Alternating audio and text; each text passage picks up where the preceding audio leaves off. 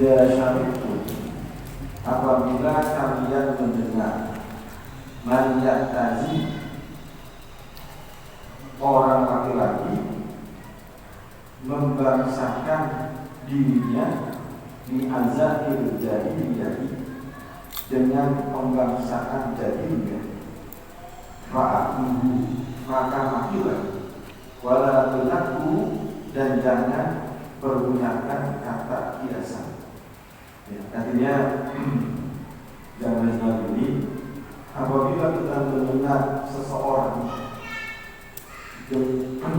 mendengar dari persoalan tersebut membangsakan dirinya dengan pembangsaan jahiliyah, artinya dia menyebut akan daripada nenek moyangnya itu orang-orang termasuk jahiliyah, bangga.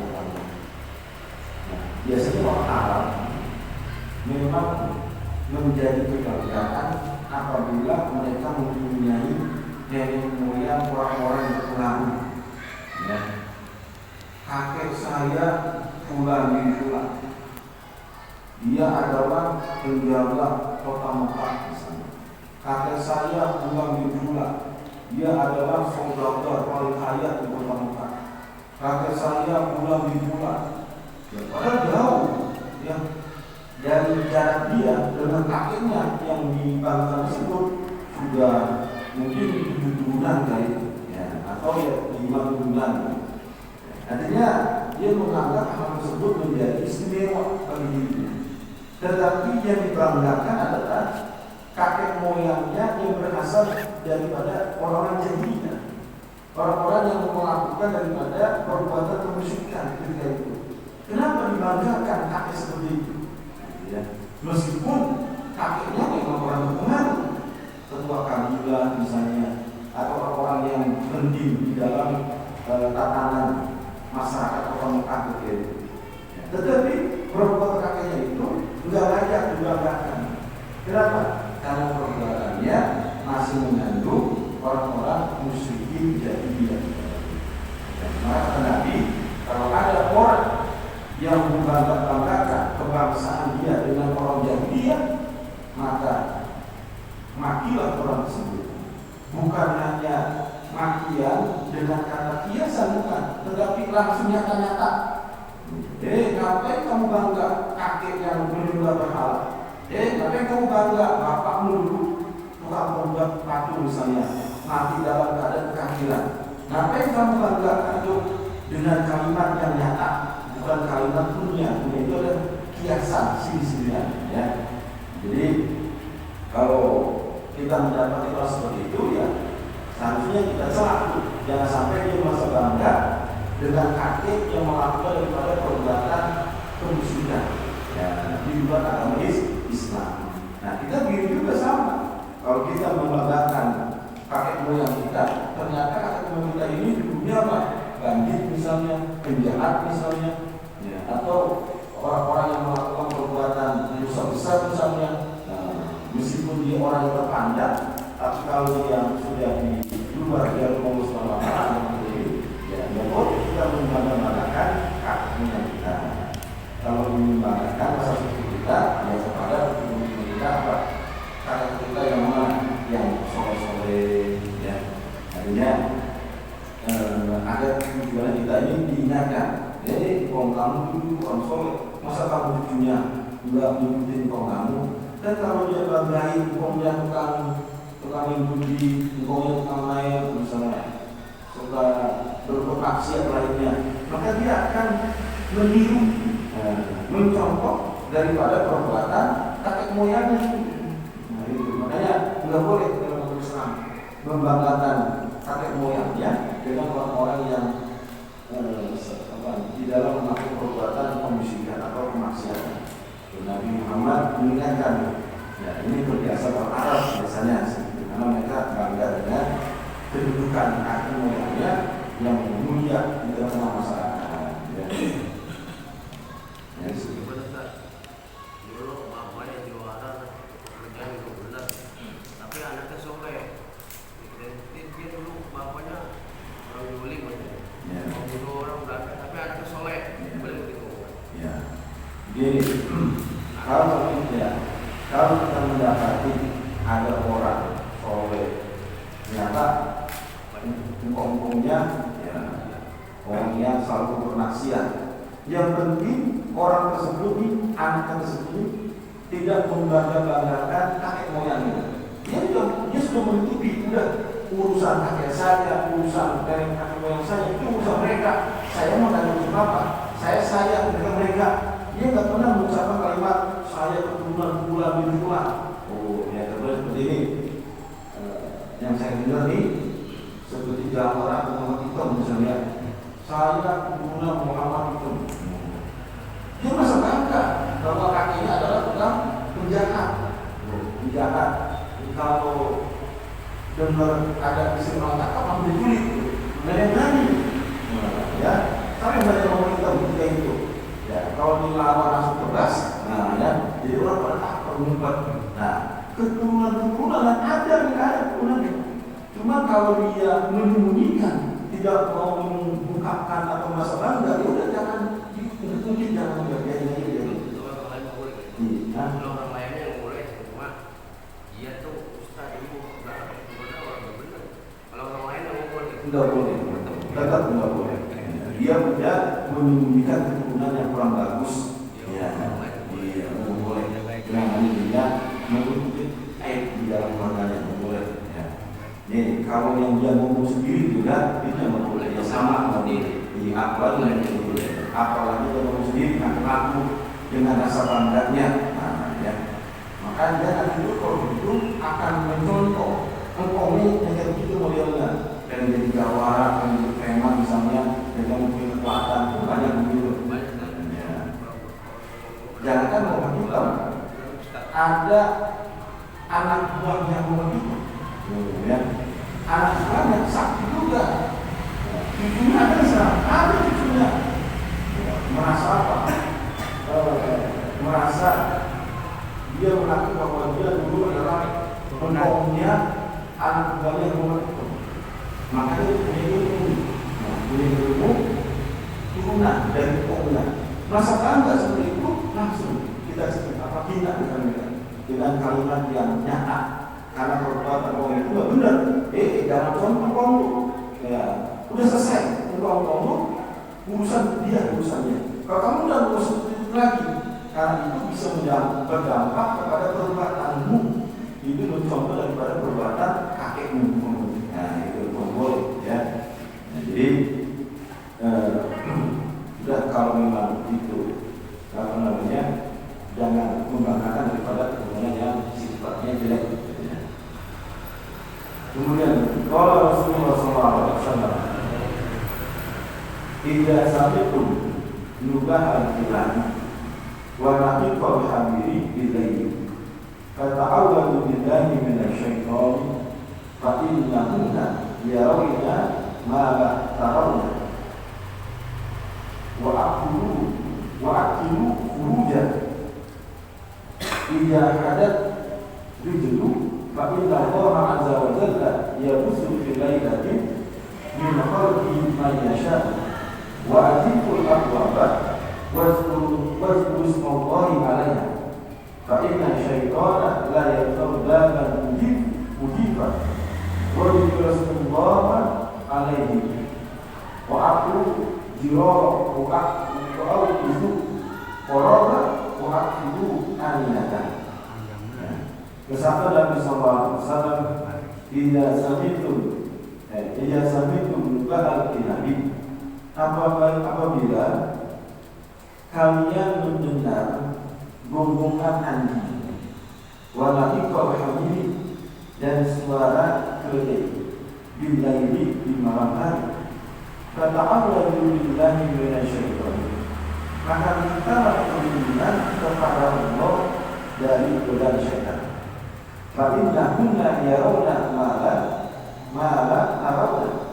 Maka sesungguhnya mereka melihat apa yang tidak kalian lihat. Wa aqilu khuruja idza hadat rijl. Dan apabila kaki telah tenang, persedikitlah keluar dari rumah. Fa inna Allah azza wa jalla yabsutu fi lailati min khalqihi ma yasha'u. Maka sesungguhnya Allah azza wa jalla menyebarkan pada malam hari dari makhluknya, ya, artinya apa yang dia suka dari makhluknya. Wa ajibul abwaba, dan tutuplah pintu-pintu, wazkurus Allahi alaiha, dan sebutlah nama Allah atasnya. Fa inna syaitan, maka sesungguhnya syaitan la yaftahu baban ujibat, tidak bisa membuka pintu yang telah ditutup. Wa dzikrullahi alaihi, dan dizikirkan atau disebut nama Allah atasnya. Wa aku dirara wa aubisu, dan tutuplah tempat-tempat air, dan wa aubisu qoroba, dan ikatlah mulut-mulut geribah, ya, geribah.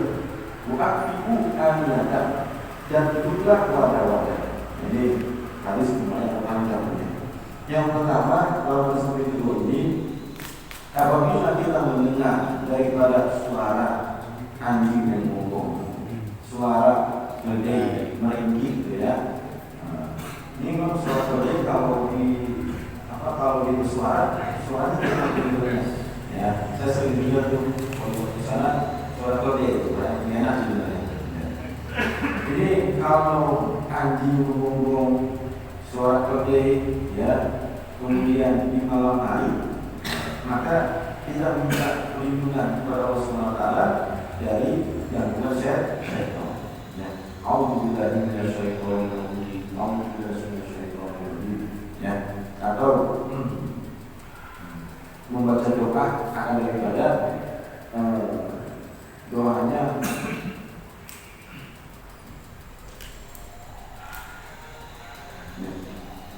itu akan daripada membaca auzubillahi minasyaitonir rajim, ya, agar kita ini tidak mendapati gangguan dari syaitan.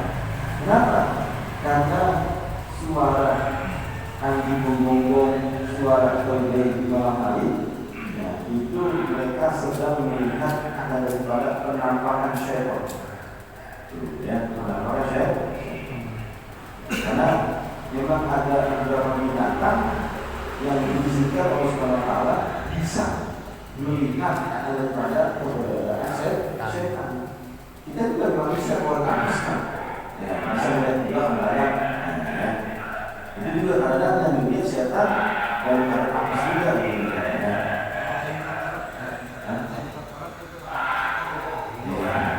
Ya, kalau ada yang mengatakan ini setan, ada yang mengatakan itu adalah gangguan otot sebenarnya, gitu, ya. Jadi itu secara medisnya. Kalau kita melihat ini, ya, kalau kita langsung bangun dengan membaca bismillahirrahmanirrahim, minta perlindungan dari Allah Subhanahu wa taala. Nah, jadi ya kita harusnya apa? Cenderung daripada minta perlindungan, jangan sampai setan keburu daripada mengganggu kita. Apalagi kalau kita punya anak kecil, yang dimana memang dia sensitif dengan keberadaan orang halus yang menyebabkan nanti dia terganggu tidurnya, merasa begini terus masih. Kalau kita kan tidak dewasa, kurang sensitif, ya, begitu daripada keberadaan orang halus. Ya, yang mana hal-hal tersebut yang jahat, yang sering menggoda. Ya, maka ya, kalau kita mendengarkan itu suara hewan tersebut, ya, kita minta Allah Subhanahu wa taala. Bahkan dalam ulama bukan hanya di malam hari saja, ketika anjing menggonggong di siang hari juga kemungkinan juga dia bisa melihat daripada setan. Ya, iman juga boleh bisa melihat daripada setan. Nah, itu. Maka setiap ada suara tersebut, bacaan kan kalau garam awet berkelipan di matanya setan. Minta perlindungan kepada Allah Subhanahu wa taala. Auzubillahi minasyaitonir rajim. Auzubillahi minasyaitonir rajim, ya. Yang banyaknya lah beberapa kali. Tidak usah mungkin kita tadi menulis kalimat auzubillahi minasyaitonir rajim. Ya, bukan hanya setan, dari penampakannya ada jin-jin. Ya, menggoda anak kecil. manusia nggak bisa melihat, tetapi diberikan kekhususan dua hewan tersebut bisa melihat daripada keberadaan jin dan syaitan. Itu yang pertama ya. Kalau anak nangis tengah malam, kebiasaan nenek-nenek kita dulu kita berbang-bangban, berbuang garam apa itu masih Garam yang kelilipan matanya jinnya itu. sering Sambil baca-bacaan juga. Ya. Isyarat. Seharusnya cukup dengan kalimat atau ya dengan kita takdir ada itu bisa. kekuatannya kalau sini. Ya. Kalau kita meyakini itu sebagai lingkungan menyamakan dengan Allah itu. Tapi kalau kita hanya meyakini sebagai hal biasa, ya, contohnya seperti garam. Ya syarat. Garam itu kan sebenarnya fungsinya dia menghalau hewan-hewan di malam hari itu tulang. Mungkin kalau kita akan sudah menjelaskan fungsi daripada semuanya. Jadi hanya kita lihat secara zahir, fungsi setan. Padahal tadi itu sebenarnya sih, ya dia juga binatang yang sifatnya mengganggu itu tidak masuk dalam rumah. Itu ada ilmunya, ada begitu. Ya, jadi kalau kita meyakini hal biasa, tidak masalah. Tapi kalau kita meyakini sama seperti perlindungan Allah kepada kita, nah itu jadi musuh jadinya. Tidak boleh. Untuk kayak menyambung pertanyaan tadi yang masalah itu nangis nih. Malam. Kan biasanya orang tuanya yang takut cuma dia di dalam atau dia yang mau keluar nanti mau tinggal. Ya, Tapi bakar dia lah. sambil mengemukakan satu ungkapan bisa mengumpat. Di sana kalau mengumpat enak aja mengganggu tulisan begitu dengan bahasa seperti itu. Iya. Juga nggak masalah masing-masing aja. Tempatnya. Pertanyaan, bolehkah kita membahasakan seperti itu terhadap dari ini bahwa itu adalah penggangguan kita bisa membahasakan Jin gitu. Ya. Masing-masing Ya, tempatnya. di dalam ya syariat memang kita yang pertama minta perlindungan kepada Allah Subhanahu wa Ta'ala. Tetapi kalau kita mengucapkan kalimat udah jangan ganggu dulu gitu ya, atau jangan apa itu Godain. ya kesel gitu. Ya boleh saja itu namanya musibah. Ya tidak ada keyakinan yang melindungi kita ini selain Allah Subhanahu wa Ta'ala. Ya masalah itu ya. Cuma dari sunnahnya kalau menjarab tadi baca Alhamdulillah atau azan ada biar setannya terjebak kabur ya, karena setan iblis jin kalau punya setan itu kabur ya. Jadi kita kembali kepada niat kita gitu ya. So, yang pertama tadi kalau kita mendengar suara dan boleh kita masukkan. Kemudian yang kedua, apabila kita sudah balik ke rumah habis pulang kerja, ya artinya wakil kuruja tidak ada gitu. Apabila kaki telah tenang persedikitlah keluar rumah. Ini kalau kita sudah sampai di rumah, sudah jangan keluar lagi. Udah di rumah istirahat, gitu maksudnya. Ya, istirahat, tenangkan diri, biar besok pagi hari kita bisa beraktivitas lagi. Nah, kemudian karena sesungguhnya Allah Azza wa Jalla mengeluarkan pada malam hari apa yang Dia suka dari makhluknya. Artinya ketika kita berkunjung di malam hari tanpa ada keributan hajat, berbeda kalau kita berada di malam hari, sapam berada di malam hari misalnya, hansip berada di malam hari, itu tidak ada masalah. Ini kita habis siang bekerja, pulang ke rumah, maka kalau bisa jangan terlalu banyak berada di rumah. Kenapa? Karena biasanya makhluk-makhluk selain kita ini itu keluarnya di malam hari, ya terutama setan, jin, itu ataupun daripada binatang-binatang yang bisa membahayakan manusia itu keluarnya di malam hari biasanya. Ya, maka untuk melindungi kita dari para bahaya tersebut, ya jangan terlalu sering keluar di malam hari. Ya, karena ada istilah orang kita kalau kita tinggal ini jangan sering keluar dulu, nanti di Udin katanya. Ini Nabi berusaha kita sebenarnya bahwa jangan terlalu sering keluar malam, kecuali kalau ada hajat, kalau perluan, tidak masalah itu. Jadi kalau tidak ada perluan, karena ya, pada waktu tersebut banyak makhluk selain manusia pada keluar. Kemudian wajibul abwab dan tutuplah karena daripada pintu-pintu. Terus membawa alihah dan berzikirlah atau menyebut nama Allah atasnya. Fa'inna syaitan la yatawba berhibah. Maka sesungguhnya syaitan tidak dapat membuka pintu yang telah ditutup. Ya, akhirnya yang berikutnya ketika sudah malam hari, nah ini kan waktu jeda mereka keluar mendekati waktu maghrib sebenarnya. Makanya kalau kita itu anak kecil kalau maghrib dan pada keluyuran, kita juga kalau itu, memang waktu mereka keluar ya pada dimensi tersebut memang, ya. Makanya waktu tersebut kalau bisa kita punya rumah ditutup, punya jendela ditutup, ya. Sebut daripada nama Allah Bismillahirrahmanirrahim, Bismillahirrahmanirrahim, Bismillahirrahmanirrahim. Nah, ketika kita menutup jendela pintu, ya, dengan menyebut nama Allah Subhanahu Wa Taala, maka setan yang tadinya mau masuk ke kita bisa, ya, nggak bisa masuk. Ini kita sengaja udah maghrib pintu kita belakin. Adam nyamuk udah masuk. Ustadz, kalau itu orang kesurupan, apa benar kalau nggak bisa keluar dia bisa gila?